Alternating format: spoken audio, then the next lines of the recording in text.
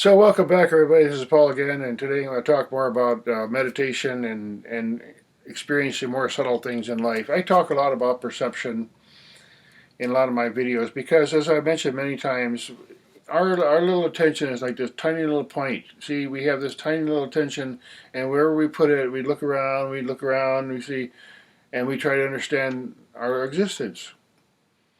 But our clarity in life, like let's say you have a tiny bit of light in the room, or maybe there's no light, and you're stumbling around, and you just bump into everything. If you just have a little tiny bit of light, just a little bit more awareness, you might say, then life gets so much more clear and happier. You see, now on a big scale, human beings have this tremendous potential, and this has been told for many times, thousands of years, for centuries, and different sages of all different kinds have said, look, you can expand your perception because what is this life without perception? We just have perception. We have awareness. Whatever we're aware of, that's who we kind of are, right? Now, our human mechanism, psychologists have studied it for a long time, and it's not a new thing. Ancient sages studied this. There's lots of books written about it from thousands of years ago. One is called the Yoga Sutras of Patanjali. And in it, he talks about a whole lot of amazing things that are done with this awareness and how we can extend our life and so on. Now, one thing is to he mentioned the phrase hidden, the sudden, and the hidden, the subtle, and the remote. You see, so we have as human beings a large capacity to expand our perception. And I'll tell you a short story I heard, a little parable. Once upon a time, there's this guy who's a young man. I guess he went to a guru, and the guru asked the guru, said, I'm here to teach me something today. So the guru said, okay, well, go over there and just sit quietly over there and listen to those rocks. And the student was like, what? I'm going to go sit over here. The rocks don't make any noise. I'm going to listen to them. So he did what he said. He's told. He went over and sat there for a while this morning, and little by little, the sun came up, and the rocks started heating up, and he started noticing that just expanding a little bit and cracking, making these little crackling sounds. And then he could hear like little insects and little animals running around, and he started to hear all the little other subtle things that are going on around him. So our life can be greatly improved by just simply becoming more aware and conscious of what's around us, because there's a lot of beauty and a lot of magic and a lot of incredible things happening. And our life has far more potential than we're told, you see. Now, when we take that little point of our attention and we go and say we put it on a television or something, okay? And we're all guilty of that. We all do it. It's just human beings. We just cannot. Our mind flits around like a bumblebee, all around. Okay. So okay, we have to function. But if we take some time in our life every day to just slow down,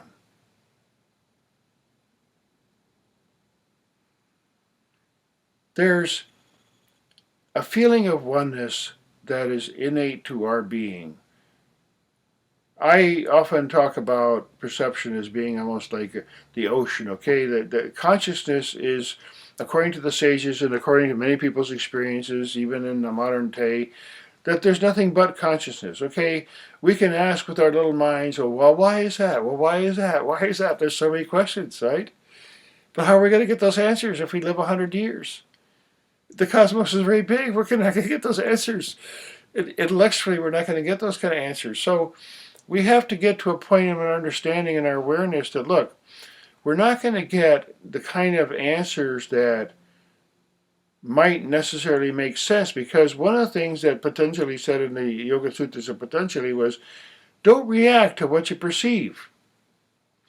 It's hard, okay? But if we look with the eyes of a child, just the simplicity of looking at this life, what is the reality of this life? Is it what we're told? Is it what we read in a book? Or does it come down to our own personal experience? You see, I've had a lot of profound experiences. For me, every day is a profound experience, honestly. But whatever I can convey to anybody else, It's all your own unique experience. See, it doesn't matter what I've experienced. What needs to happen is each person needs to have their own private experience of expansion of their own awareness. That way they answer their own questions and they don't need as much explanations. Okay, a certain kind of explanations are helpful. Okay, books are helpful to a point, and instructions are kind of helpful. Like they say, okay, you want to get on the right road. At least the guru could say, well, at least get on this road because this road goes there. Okay, at least that's a simple thing. Okay, I can't tell you what's going to happen on that road every minute of the road, but at least if you on that road, you're going to get where you're going. See, so there are techniques, there's many techniques that have been taught for centuries. Okay, I practice four that were taught by a man named Prem Rawat. He's still teaching them. They're profound, they're amazing. They've been around a long time, and they take a direct approach from taking your senses from the outside to inside, and then whatever unfolds after that, it just goes on for your whole life. You see, if you practice. So there's lots and lots of techniques, but what matters is if you actually do the techniques. There could be one technique, okay? Just one. If you just take one simple technique is just to slow down. See, if we just allow our breath sometimes, there's an innate, meditation is innate. Our breath is meditating us, if you want to know the truth. You might say, if you look at the swelling in the ocean, okay, deep down there's these deep waves that just swell like this, and they just circulate the whole water around the whole earth, okay? On the surface there's all these little waves, but underneath, the same way within our own being, within our own being, in our quiet place, there's a place where you feel the deep breathing of the cosmos, the unity, the oneness is breathing, okay? There's one, we can't really intellectually answer the question, well, why is there only one consciousness? Why is consciousness? What is consciousness? It's kind of like trying to catch your elbow with your hand. You can't do it. It's like you can't. Our intellect isn't designed to understand infinity that way. So we have to experience it in the feeling of oneness. Just like if you go up in a helicopter or an airplane, you see a whole lot of things at once. And then let's say you're on the ground and you're in a bunch of forest and you don't have any idea what the terrain looks like. All you had to do is take a few trips up in the sky and say, okay, wow, that makes total sense now. Now I know. So clarity can come from simple, just simple relaxation and letting go, because our body, our whole being wants to meditate. It's like, if you think about the breathing of the cosmos, okay,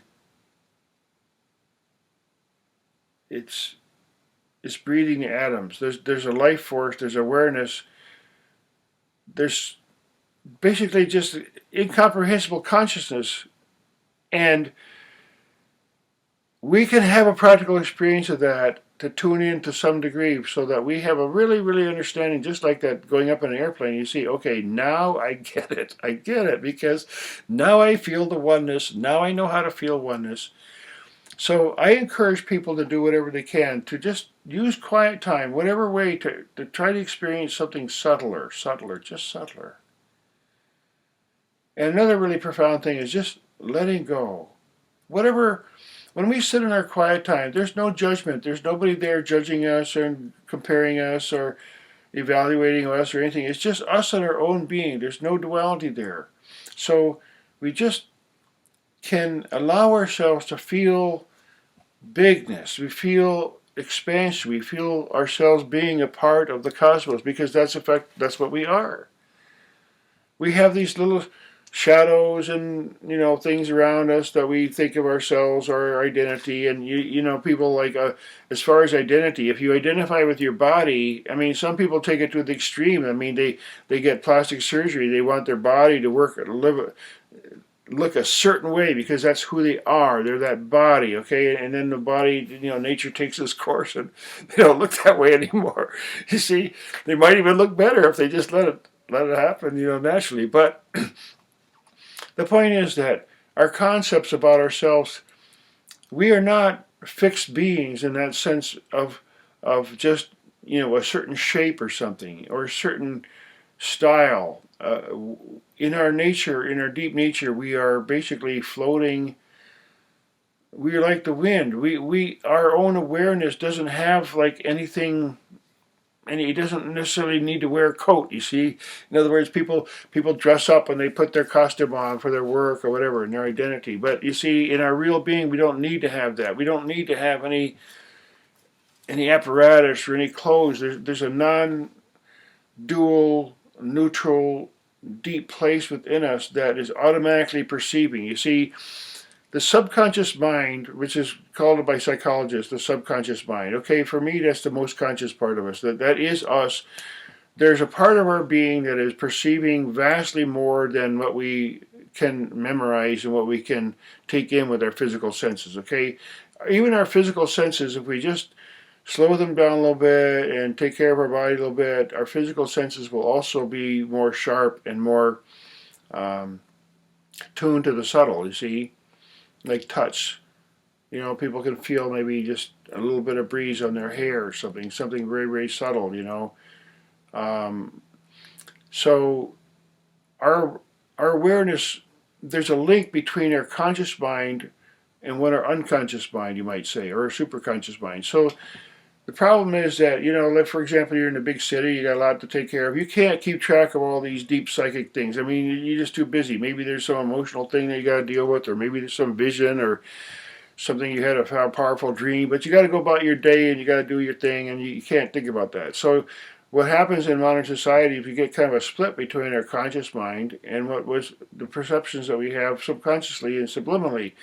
And through meditation, just letting go and just dropping all that defensiveness and all that reaction and all that concepts, and it's just letting go of something. You see, I heard this simple story one time.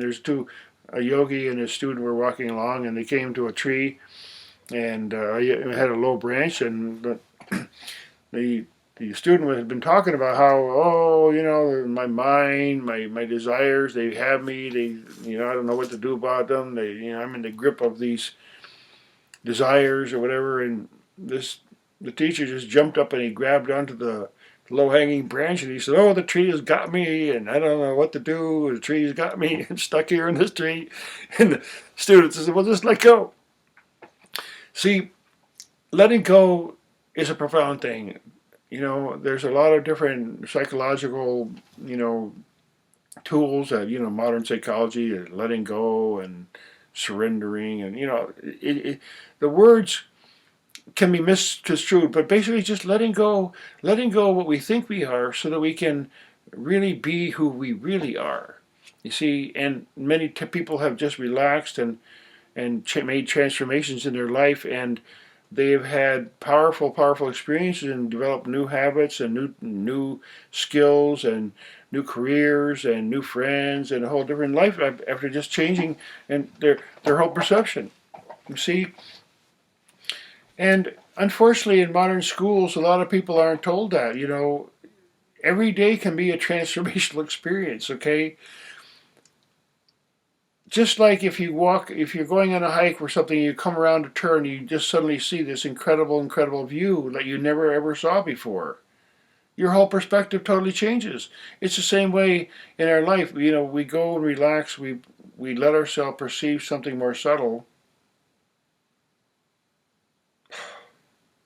We let go of that shell, that manufactured being identity that we have, and then in a few minutes, just like boom, boom, boom, like, wow, that was amazing. It just felt so free. I have a whole new, it's just, every day can be like that. Unfortunately, some people go through their whole life and maybe they have one incredible experience, maybe a near-death experience, or they have a powerful dream or something, and their whole life changes because of one thing. That can happen every day. You see, there's our physical senses can be extended, you might say.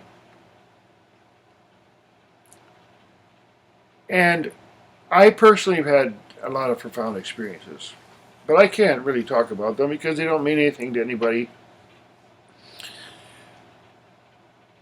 they have to have their own experience.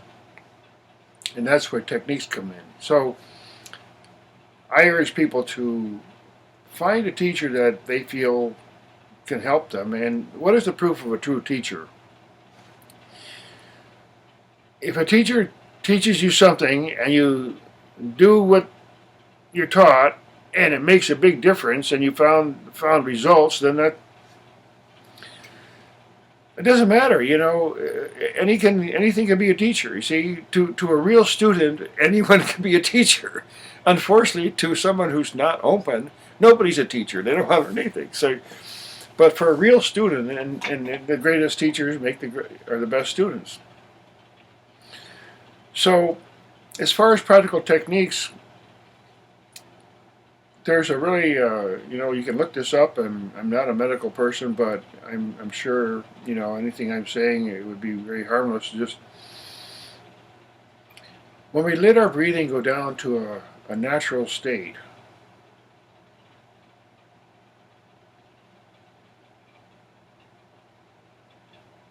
it'll go to a natural state, because meditation is, you might say God is breathing us. The breath of life is the Spirit of God, you might say. This is God breathed into the mouth of Adam, and he had breath. And it's a profound, it might be not a literal statement, but it's a profound cosmic statement of saying that this infinite life, beingness, consciousness that we can't even comprehend, even if we live 1,000 years, we're never going to comprehend it really. We can have a taste of it, and that infinity is supporting every atom in our body. Every single cell, every little tiny electron is supported by this profound, infinite oneness, beingness that people call God, okay? And, to put a label on it and to put a description on it is just so unfortunate, because what are you going to say about something like that? That's infinite. Just going to look up the sky for the night, and on a night with no streetlights or something, you go, whoa, we're pretty small out here. It's pretty big up there. So don't try to understand that infinite. Just feel something. So getting back to the beginning, like subtlety, everything is subtle around us. Light is transmitting energy. The energy from the sun is carrying information, okay? Information that we can't comprehend. Our innate being, our subliminal, subconscious, superconscious soul being does understand some of that information, okay? But if we have in our daily life, we're so completely preoccupied with all the other affairs that we have to do, and it's okay to do all of them, but to take a break from them, sometimes to open to the cosmic part of our awareness, you see, that comes bubbling up from within us to oh, yeah, now I understand. Everything's a lot more clear to me. I'm happier now. And honestly, profound things. Just sometimes, honestly, I've been in meditation. There's times where, there's times I've just stopped meditation. I'm just like, I'm just so intoxicated. I just completely feel like, oh my, I feel like so happy. You see? And then life becomes a lot more joy. You see, in every life there's pain and there's sorrow. We get separated from things, and we have trauma and so on. But if we also have sufficient contact and sufficient immersion in the deep joy of living, and the deep, like the breathing. If we just think of the breathing, okay, the breathing is on many levels, okay? If you think about every atom in our body, just the light energy is like, the sun is like, go out and lay on the sun, you just feel the prana energy, the sun, just like, it's like making our body, okay? We're like being 3D printed, okay? Our bodies are being like 3D printed and maintained constantly by this cosmic thing that we're in.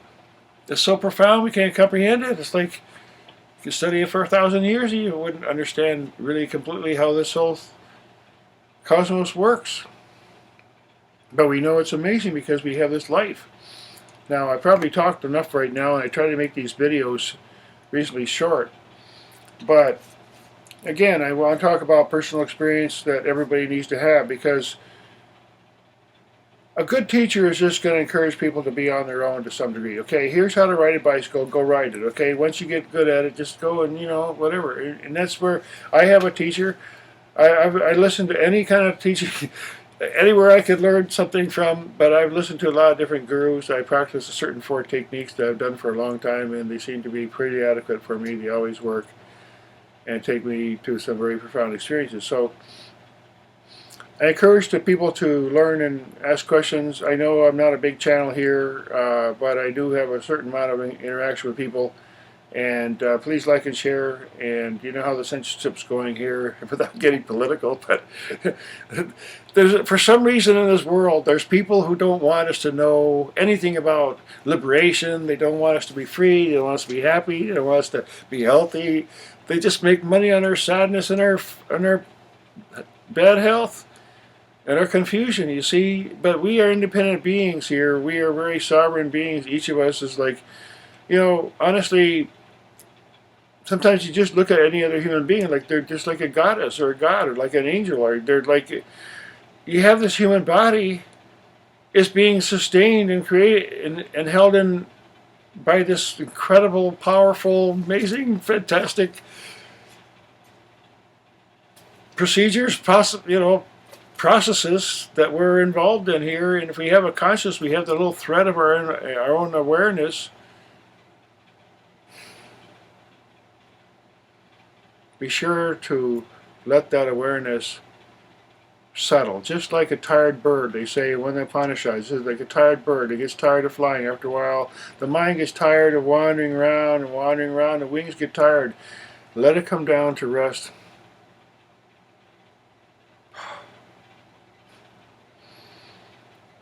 So anyway, thanks for watching, and I appreciate all the comments and feedback. Please like and share, and if anything I can say can help somebody in some small way, then that's fantastic. So thanks again for listening. Bye-bye.